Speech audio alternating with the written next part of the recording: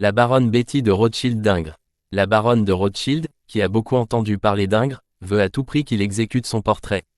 Dès la fin de l'année 1841, elle insiste auprès du peintre, le comblant de cadeaux afin qu'il accepte.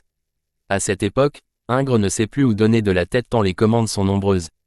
Après un premier refus, qui dure 2 ans, il se décide enfin, et les séances de pose peuvent débuter. L'artiste commence par la tête, qui est achevée en 1843. Mais il reste insatisfait de son travail. 1 an plus tard, en juin 1844, il reprend entièrement ce qu'il vient de faire et mettra la dernière touche au portrait en 1848. En tendant l'oreille, on entendrait presque froufrouter la somptueuse robe aux harmonies roses et grises que porte la baronne de Rothschild. La richesse de sa mise va de pair avec son rang, des plumes sur la tête, retenues par un bijou d'or et de pierres précieuses, des nœuds qui agrémentent une toilette déjà très riche, des dentelles vaporeuses à souhait, les plis de la tenue où parfois, dans ce débordement de rose, se niche une touche de gris.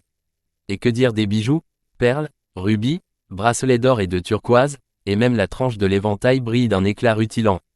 En arrière-plan, la tapisserie très chargée, un damas de grandes fleurs, se devine à peine, tout comme le canapé de velours bordeaux sur lequel la baronne a pris place, qui rappelle en des tons plus sombres la robe qu'elle porte.